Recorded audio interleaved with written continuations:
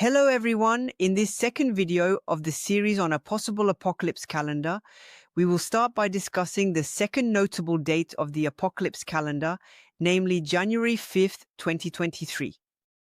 This is the date of Pope Benedict XVI's funeral. It very possibly corresponds to the release of the white horsemen of the apocalypse with the opening of the first seal.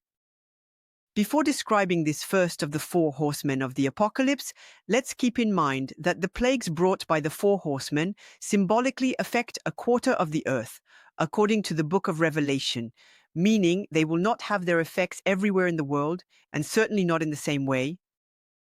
So, returning to the first horseman, we think here that the white horseman is linked to the Pope. The idea presented here is that the Pope allows the Holy Spirit of God to act in the world, because he has been designated by Christ as his representative on earth. If the Pope is abolished, then the forces of evil, under the authority of Satan and the Antichrist, can be unleashed. This role of the Pope has been inscribed in the doctrine of the Church since the First Vatican Council in 1870. It is in the Constitution Pastor Aeternus that the dogma of the perpetual successors of Peter, the first Pope, was affirmed. So that Peter, the first Pope of Christianity, will have successors until the end of time. Or more precisely, what is affirmed in Pastor Aeternus, but is translated as the perpetual succession of Peter's until the end of time, is the jurisdictional primacy of the Pope over the Church of God. This primacy was given to him by Jesus Christ for the eternal salvation and perpetual well-being of the Church. It is the function of the Pope, with his spiritual authority for defining salvation, that is permanent. The Church has already experienced about 40 anti-popes. In its history, popes whose office it has renounced a posteriori because it considered their election to have been irregular. This is particularly the case with the popes who reigned in Avignon, in rivalry with those in Rome during the Great Western Schism. But in these cases of contested elections, what was at stake were solely rivalries between men, rivalries between the claimants to the papal office, and rivalries between the kings who supported them. There was no end of times during these periods of anti-pope reigns, because the papal office and its spiritual authority to serve as a bulwark against heresies were not called into question. That is why the end of times did not occur. But the case of Benedict XV's resignation is particular, as we will demonstrate. If Benedict XV resigned, it was due to the pressure exerted at the Vatican by certain members of the Curia and in connection with political leaders of Freemasonry. The resignation of Benedict XVI is the culmination of a longer-term destructive work by Freemasonry, which is satanic in nature and, of course, a fierce enemy of Catholicism. Of course, we are talking about the high ranks of Freemasonry and not the ordinary Mason. It is because Freemasonry has undermined the foundations of the Catholic Church from within that we can say it is a sign of the end times. The death of Benedict XVI, the last legitimately elected pope, is then the end of this process. It is the trigger for the next stage, namely the withdrawal of the Holy Spirit, which will ultimately allow the coming of the Antichrist. I say ultimately because, in my opinion, what could completely unleash the Antichrist would be decisions made by the Synod on the synodality of the Catholic Church, which will definitively conclude around the end of 2025. This Synod is presented as revolutionary. It is considered by many Christians as a Vatican III Council, which does not say its name. If decisions were made there that undermine the papal function and/or if the traditional Mass were abolished. In the context of the Synod, and/or if the Synod resulted in a schism of the Catholic Church, it would be the last bulwark against the Antichrist that would fall. And all these hypotheses are extremely credible, as we will see later. We believe here that the last legitimate pope, as long as he was alive, was Benedict XVI, because he is the last legitimately elected pope, and his resignation was not valid because it was imposed on him. But he ensured that his resignation was not in accordance with canonical rights.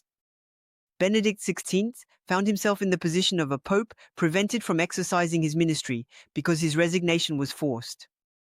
It was provoked by a political coup, decided by the American Democrats and executed by the European Union. and prepared since the time of Pope John Paul II by the Vatican Freemasonry. This coup d'état at the Vatican was intended to replace Benedict XVI with a more progressive pope. It is undeniable, proven by media sources aligned with the powers in place, that Benedict XVI was under significant pressure at the time of his resignation. About a year earlier, the Vatican scandal began to tarnish the Vatican. The Vatican leaks are a series of leaks of official documents carried out by the Pope's butler, which revealed cases of corruption and favoritism in the city.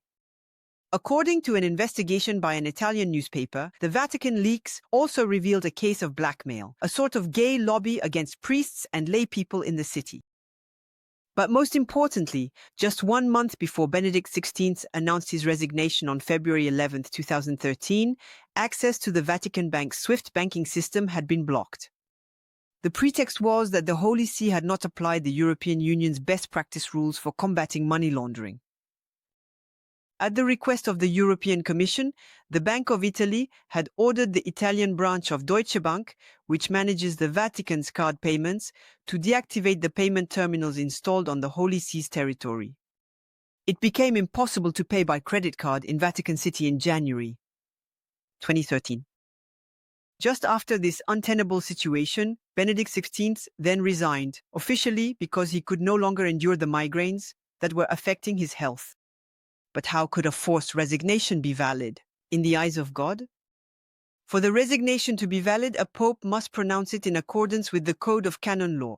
Canon 332, paragraph 2.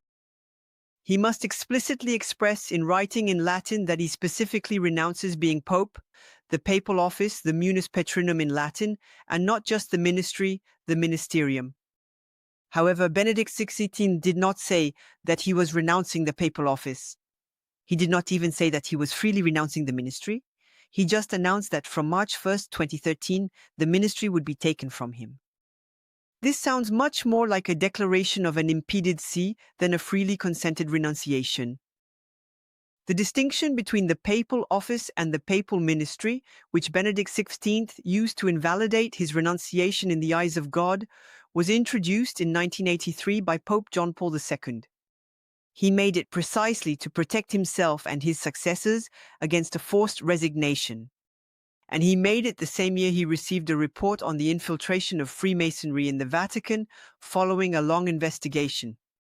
This investigation had been commissioned in the final years of Pope Paul VI's reign in the 1970s.